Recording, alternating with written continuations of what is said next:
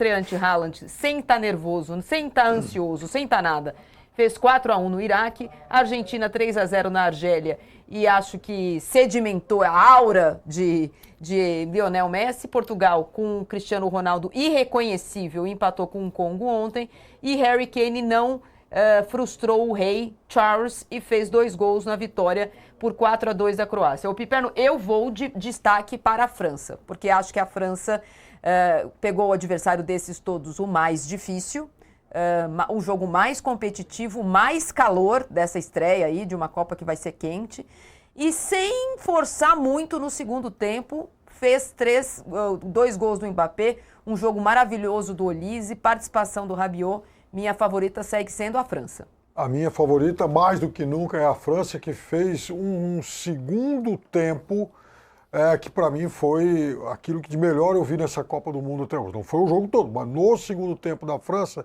ela não só jogou, como ela atropelou uma seleção que é a atual campeã da África, um bom time, portanto, e mais do que isso, a França conseguiu nesse segundo tempo produzir grandes, incríveis e surpreendentes variações sem trocar peças, o que mostra trabalho de conjunto, trabalho do técnico e versatilidade desses jogadores incríveis.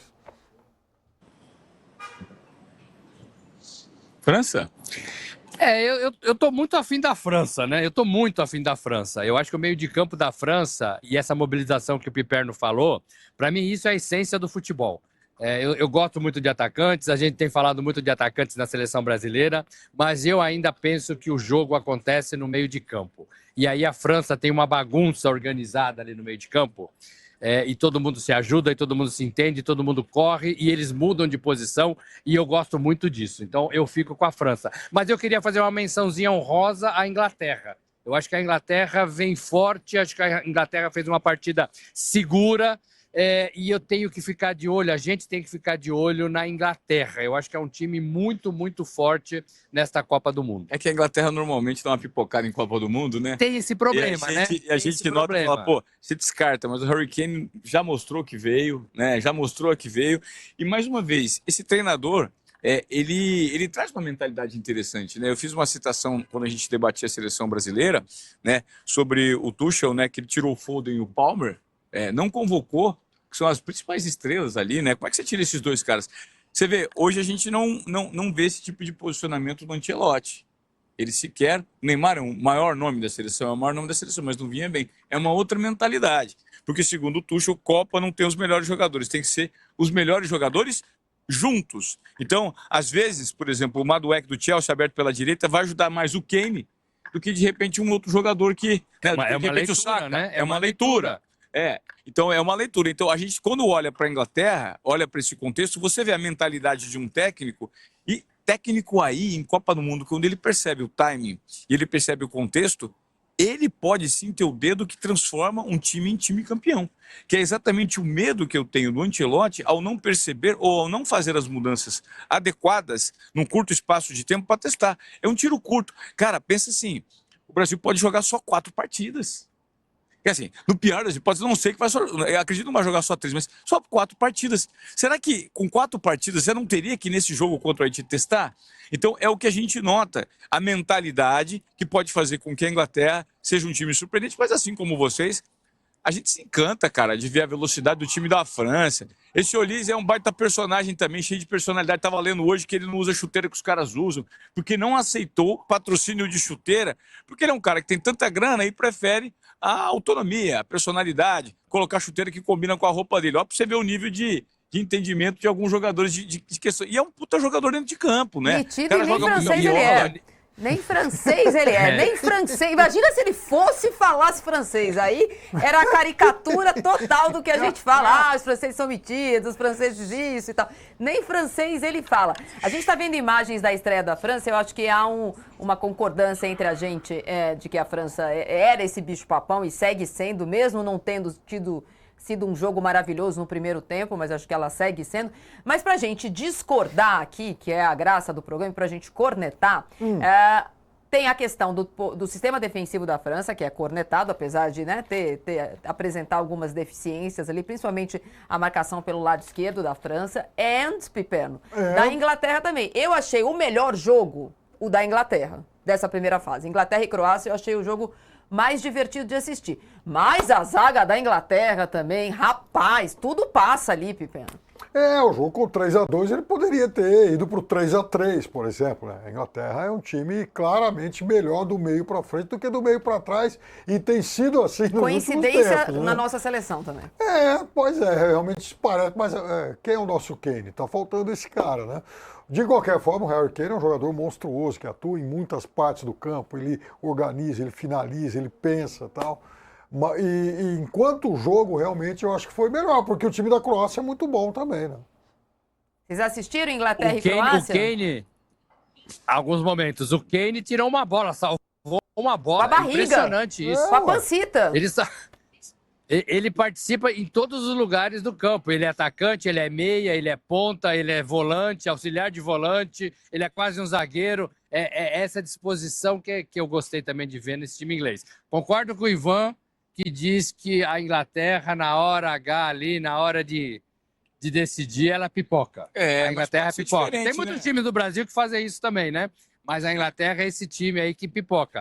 E só tem uma taça de campeão do mundo em 66. Mas a gente espera, né, quase as Copas. Essa pequena amostra foi bem legal do time inglês. Mas eu acho que o nível de personalidade e o empoderamento, cara, a Inglaterra esse trabalho que o Tuchel comandando. O simples, porque ele colocou o dele na reta completamente, ao não trazer os grandes nomes para a seleção e propor um estilo de jogo. Esse cara está muito convicto do que a Inglaterra pode fazer, aonde a Inglaterra... E esse elenco. Exatamente, desse elenco. Então nós podemos nos surpreender com a Inglaterra. O histórico demonstrar que a Inglaterra é um time que não vai bem em Copas do Mundo, depois de muitas expectativas em Copas passadas, eventualmente a liderança, que eu estava falando. Quando você tem um comandante que entende muito bem... Porque, vamos lá, é sobre fazer um mapeamento, né? Das peças que você tem na mão. Não é quem tem o melhor time, é quem sabe usar melhores peças. É isso, exatamente isso. A Copa empolgou, porque são muitos jogos. Aqui no Brasil, você vê todas as televisões ligadas, pessoas falando até de jogos que não iam entregar tanto, como foi o jogo do Irã contra a Nova Zelândia, entregou entretenimento. Mas a gente teve muito empate nessa primeira fase, Piperno. O que faz a gente ficar fazendo aquelas continhas a partir dessa segunda rodada. Porque não se classificam só os 2 primeiros de cada grupo, se classificam também os melhores terceiros colocados. Os 8 melhores terceiros colocados de 12 grupos. Então, você fica olhando, esse vai se classificar, esse não vai se classificar. E nesse caso, os empates importam, Piperno, porque esses times que estão com... Por exemplo, o grupo do Canadá, todo mundo empatou. Então, nesse grupo, uma vitóriazinha vai classificar o time já nessa segunda rodada que começa hoje, né? Então, a gente teve 9 empates nessa primeira fase de Copa do Mundo. Proporcionalmente, 37,5% dos jogos terminaram empatados. É muita coisa, Piperno. Quase 40% dos jogos terminando empatado. Proporcionalmente, é igual à Copa de 2010. Porque também teve 6 empates, mas eram menos jogos na primeira fase, porque eram 32 seleções, e, portanto, proporcionalmente é igual. Mas tem essa gracinha. Naquela época, empatar era quase que entregar a classificação para outro time. Dessa vez, com essa coisa de ganhar um jogo, já praticamente te coloca no play-off dos 16 avos. E aí, desses empates todos, eu vou lembrar do empate do Irã. Não estava esperando nada de Irã e Nova Zelândia. E me diverti, Piper. Foi um jogo o cara que ficou bacana, sim. Opa! Agora, tem uma coisa. Então, tem empates como esse, empates surpreendentes, né? Que podem, por conta dessa história dos terceiros colocados, levar uma seleção, né, do último escalão para a próxima fase da Copa do Mundo. Exemplo, no jogo entre Cabo Verde e Arábia Saudita, o vencedor está na próxima fase. Os dois empataram, então quem ganhar vai a 4 pontos, 4 pontos vai acabar avançando. Pessoal, os outros grupos, né? O caso dos grupos do Brasil, por exemplo, nesse momento o Brasil é o terceiro do grupo. Evidentemente que o jogo de amanhã provavelmente pode até colocar o Brasil em primeiro, dependendo de quantos gols a gente fizer. Mas é incômodo. Há muito tempo a gente não olha para a classificação da fase de grupos e está o Brasil em terceiro. Eu fico imaginando se possivelmente o Brasil pode correr o risco de enfrentar Marrocos de novo.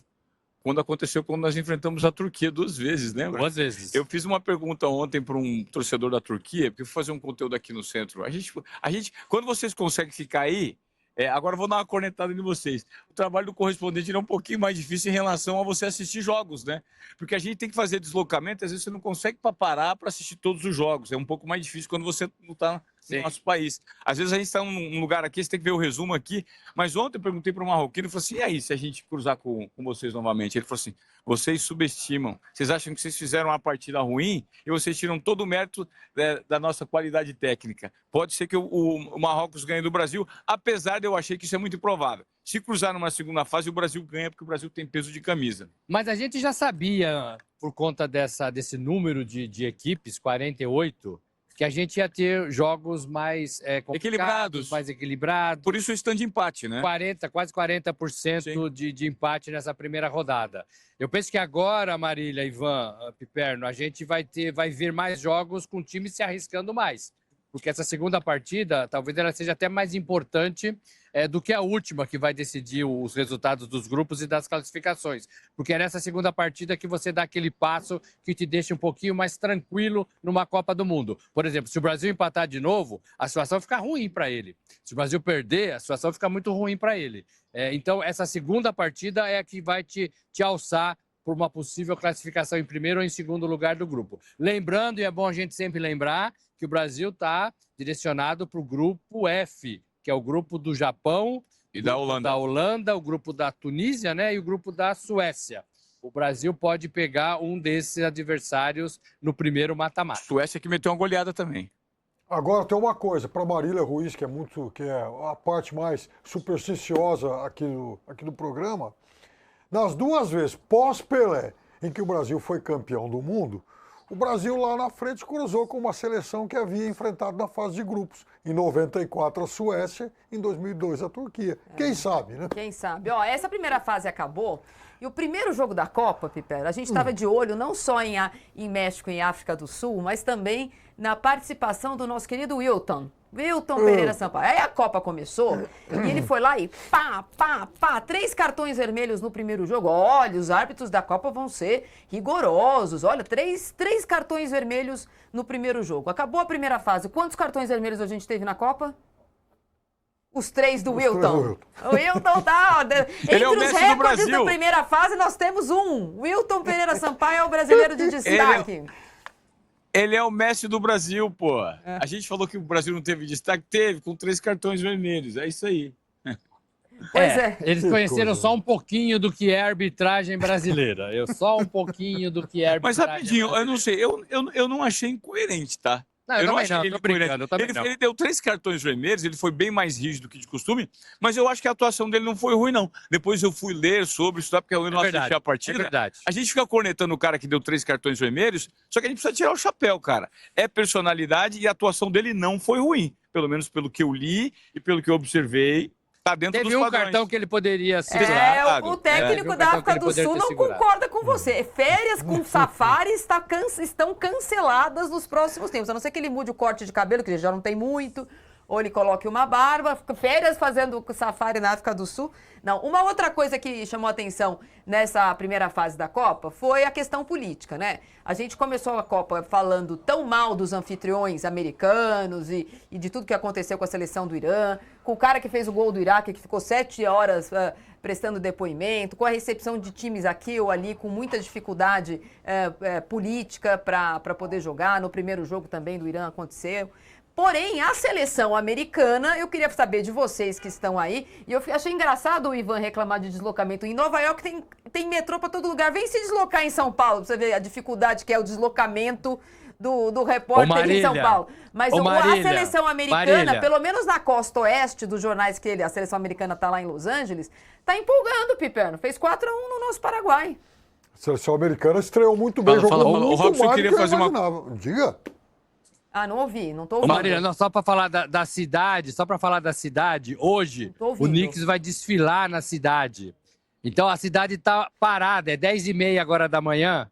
A cidade está parada porque o Knicks vai desfilar e vai receber a chave da cidade de Nova York. Então isso aqui Tá difícil.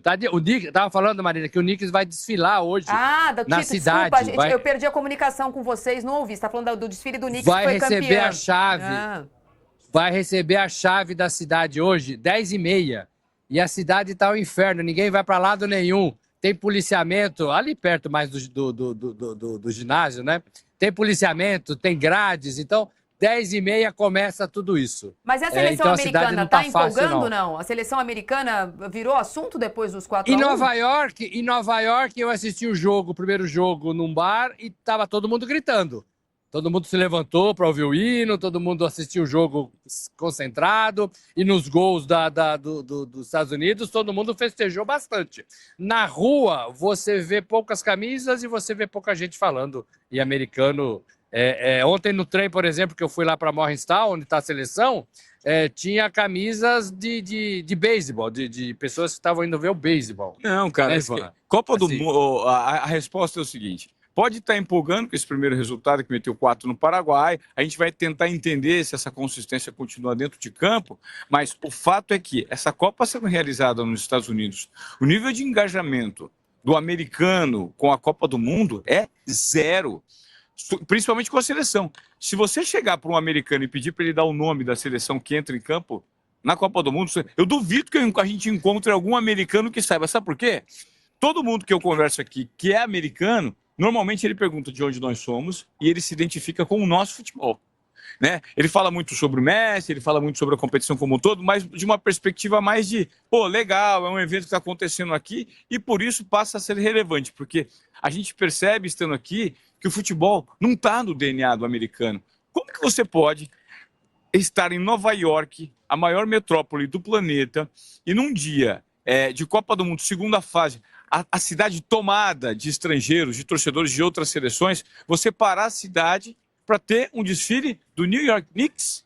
Com todo respeito, o basquete é um esporte grande, mas não se compara ao tamanho do futebol globalmente. O futebol é o maior país. Só que essa sensação, a Copa do Mundo é a maior competição do mundo. A gente não tem aqui, cara. É impressionante. Parar a cidade, tudo é basquete, é basquete. As lojas de basquete, de beisebol, é tudo muito destacado aqui. É que a cultura do nova-iorquino é essa. São vários eventos pipocando na cidade o tempo todo. O tempo todo. E às vezes você nem sabe que isso está acontecendo. Então eles têm essa, né? E a Copa está acontecendo em alguns lugares de Nova York, em outros não. Em outros não. Agora, a FIFA falei com gente da FIFA, a FIFA está muito contente com o público nos estádios.